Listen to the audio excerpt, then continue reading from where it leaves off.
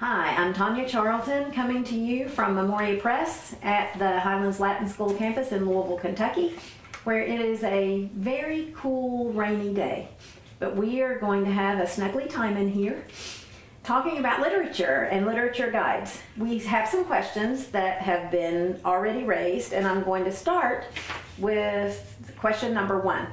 My reservations with classical or Memoria Press are the fact that I would love big exposure to world literature and world history and cultures.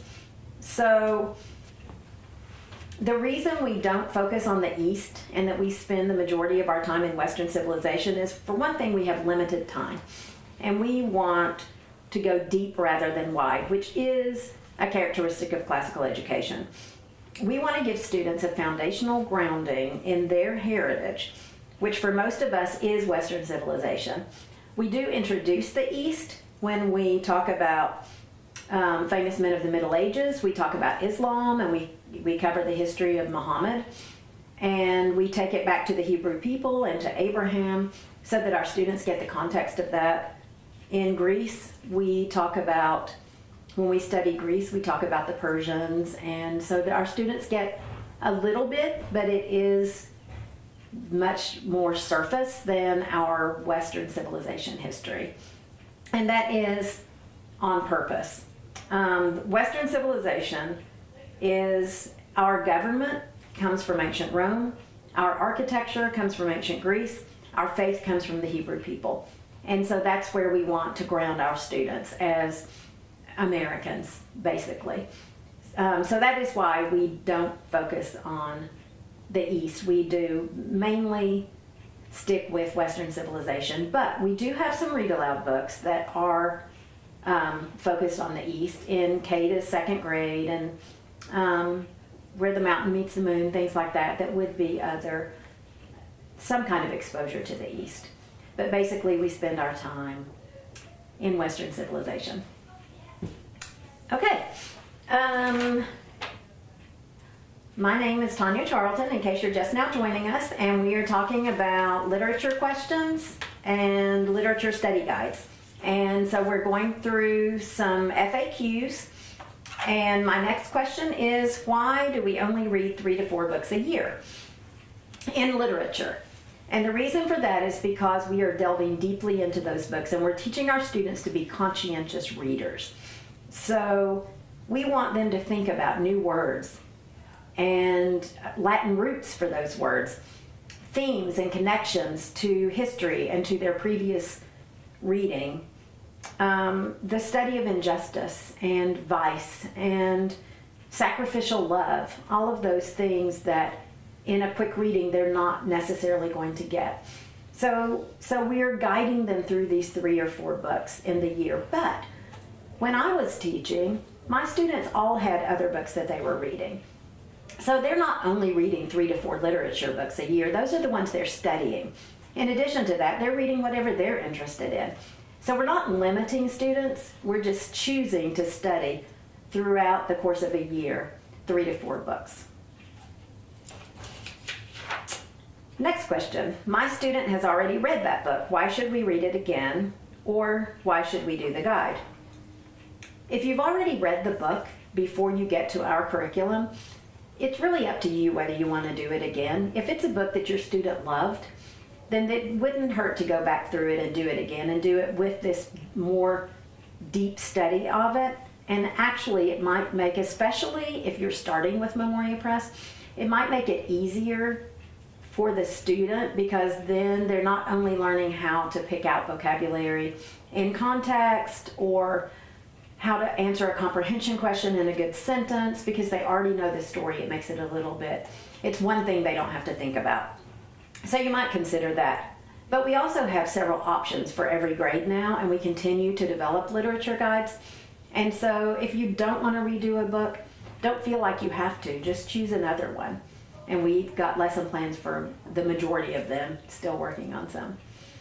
I would like to add that Cheryl Lowe did choose our core 3 to 4 books a year, and she chose them 20 years ago, and we're still using them today. So what she chose was classic literature, and that's important because they're still classics today. So those choices are important to us, and the options that we are making available are because we do know there are more books than that are worth reading out there. But we do want you to know that our fundamental foundation is going to remain those 3 to 4 core books a year that she chose, because we've seen no reason in the past 20 years to think that there was a mistake made there. Okay. We are reading above this grade level. Can we do those books and guides? The majority of our students are reading above grade level. Here at Highlands Latin School, our students are generally reading a couple of grade levels beyond their grade. And by 7th grade, our students are reading 5 years ahead on average. So just because a student can read at a 13 plus grade level does not mean that they're ready for the content that is in those books. Not everything is age appropriate that's on your student's grade level. So we have to be careful there, or on their reading level. So we do have to be careful there. And it's really better for them to have mastered fluent reading anyway when they start working in these study guides, because that's one thing they don't have to think about as they work on unfamiliar vocabulary and comprehension questions. And you can always, as I said before, you can always customize. So if you feel like these books are really too easy for my child, then you can move up a grade level. And there are lots of choices. So you're not stuck where we are, but I will say that even our 9th grade literature is all medieval verse, and a lot of those books I didn't even read until college. So there's going to be plenty of difficulty, and that's another thing you have to think about is if you go ahead and move up a couple of grade levels, eventually you might hit a wall with your student. And there's some enjoyment for children in reading books that are easier than that they don't have to work on so hard. And also, I want to talk in a minute about reading out loud, and that's another way to practice that, is if it's an easy book that they can read, then it's going to be easier to work on their read aloud.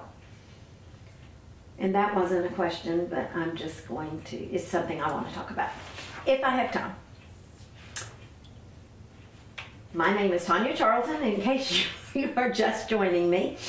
And we are talking about literature and answering some questions about literature and literature study guides at Memoria Press. So our next question is, why are the upper school lit guides in a new non-consumable format? The upper school lit guides used to be workbooks, but we have found that it's better for our students in getting ready for college not to have workbooks anymore. So we made the student non-consumable so that the student has to write on paper. So we're teaching note-taking skills at this point, and hopefully they've got all of their information in their notes. Even though a workbook is easier, we felt like this would be better prep for them as they get ready for college. Okay. How many guides should we do in a year, and how long do they take to complete? How long per day? Well, we've already said we do 3 to 4 a year. Our literature is generally, we say, should take an hour a day. In the older grades, we have 70-minute time periods, 4 days a week for literature, but that also includes composition and a little bit of English grammar if necessary. By high school, we tried not to, our English grammar should be built into our Latin. But generally an hour a day for literature. And the books take, it varies, anywhere from 6 weeks to 11 or 12 to complete a book based on what it is. Nothing should take that long in the lower school, but in high school, some could take that long. Next question. Can I use my copy of the novel with your guides? In most cases, you can use your copy of the novel with the guides. The page numbers won't necessarily track, and in the lower school, we try not to use too many page numbers. But in the upper school, David Wright uses lots of page numbers in his guides. So it would be a little bit harder, but certainly doable to use your own book. But If you're using a translation, like Heidi in the lower school is a translation. And so you have to use ours to use the study guide, because it's not, the questions aren't going to be the same. People have tried to use different translations and it really doesn't work. And also in the lower school and in the upper school, the books that are based on legends, like King Arthur and Robin Hood, we chose Roger Lancelot Green's version, and so it would be hard to use our study guides, say with Howard Pyle, because the author has chosen what to do with the legends, and so they could be totally different stories and different versions of the same story. So you really, in that case, would have to use the Roger Lancelot Green. The same thing goes in the upper school with Beowulf, Sir Gawain, and Canterbury Tales, all translations from Old English. So to use our study guides, you really need to use our translation. And in classical studies, the Iliad and the Odyssey and the Aeneid also. Anything that's a translation. How do I choose literature selections for 11th and 12th grade since there aren't any packages yet? We have plenty of upper school selections that have not been placed in a package. So we have plenty of guides for you to do, and you could just pick several of interest at this point. By 11th and 12th grades, you can let your student have some control over what they read, as long as you limit it to these are your choices. But for us, our 11th grade year literature is Dante, all of Dante for an entire year. So that is developed. It's really 12th grade is the only literature package that is not developed. So you should be in pretty good shape. And there are plenty of choices for 12th grade if you want to use our lit guides that you can choose from. And we're glad to help you put together a year. Okay. What is the role of our poetry books with the literature each year? Can you use poetry for the grammar stage as a single year poetry program? If so, how to and how much time? So poetry for the grammar stage could be used as a poetry study that I think would take probably a trimester, 11 to 12 weeks to do it thoroughly. You could probably do it in 8 weeks if you sped through it, but we don't really intend for that book to be used as a standalone poetry book. As everything else in our curriculum, it's all connected, and so our intention is that you would teach those poems in the year that we've assigned them, so that when your student is studying insects, they would do the nightingale and the glowworm, because it just connects. We're connecting poetry to other things that our students are studying, and the same thing with literature. So you can do it as a standalone. That's not how we choose to do it, and we don't have a lesson plan that way. The anthologies you don't need for poetry for the grammar stage at this point, but you do need the anthologies for all of the 7th and up poetry guides, from poetry and short stories, poetry and prose. All of those study guides need the anthology because it's not in the study guide, or you could find all those poems online too, or in a Norton anthology. I'm sure you could find them if you don't want to buy the anthology, but they would be really nice for your student to have, these anthologies of poetry. They're not going to keep their study guide, but they can certainly keep these anthologies of poetry that they've studied and hopefully learned to love. Okay, that's all the questions that we have so far. I did want to take just a minute. Do I have a minute?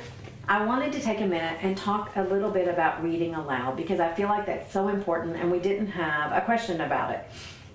Students need, as they're learning to read, they have to read aloud, right? To become fluent readers. But a lot of times we think that once they are fluent readers, they don't need to read aloud anymore, and that's not true. There are 3 facets to reading that we do here at Highlands Latin School all the way through 12th grade. One is our students are reading silently, and that's a skill they have to learn too in primary. So that should be part of their day, is reading silently.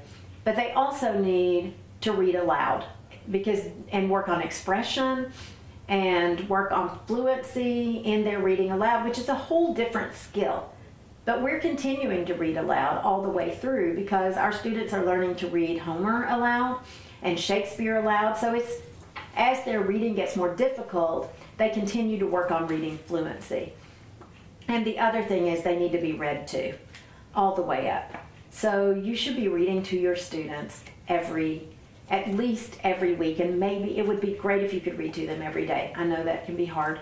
And I tried to do it when my children were growing up, and my husband heard on NPR that only 10% of husbands, fathers read to their children, and so he decided he was going to take that over, and he went to bed with my children every night and read to them, which was a great gift for me because I didn't have to do it anymore, and I was homeschooling them, so I was with them all day. And it was great for them, for their dad to read to them. And this went on all the way through high school. And I know Martin Cawthron is still reading to his wife because all of his children have left, and he has no one to read aloud to. But I can't stress the importance of that, of reading to your children. And now we have another question. As it relates to literature and history, if you're new to Memoria Press, should you go back and complete Miss History or jump in as it is assigned with your grade?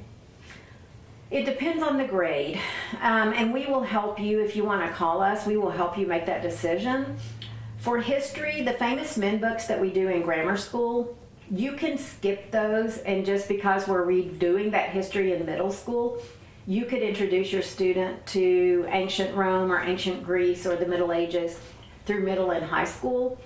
A lot of people, though, read those books, those famous men books, in the summer, just as reading without doing the workbooks, and then they pick up with whatever they're studying next. But that really does depend on your situation and where your student is and what they've done. And we are glad to help on our forum or on, just by phone individually for you to get the best plan for your student. Okay, I just want to make one push for continuing to read yourself and educate yourself. We at Memoria Press have a book group where we all read a book, and we go out one night after work and talk about it. And this week we're going to go talk about The Remains of the Day, which I highly recommend if you haven't read it. But just include books like this in your own life, and that's going to help your children too. I know that time is short, but even if you're just reading their curriculum, which I did for years, then that's going to be edifying for you too. But when you can, keep reading. Oh, we have another question. That was my wrap up. I'm so sorry. What is your favorite MP literature classic? Oh, MP? Is Pride and Prejudice in our... Okay. So my favorite book right now, and it has changed over the years, is Jayber Crow by Wendell Berry, which is not in our curriculum. I know that Jane Austen is in there, but I can't remember if Pride and Prejudice is. That would be the book that I read over and over and over. I love George Eliot. I love British literature. But lately, my favorite book this past year has been Jayber Crow, that I feel like has really spoken to me and had a profound effect on my thinking. Okay, thank you.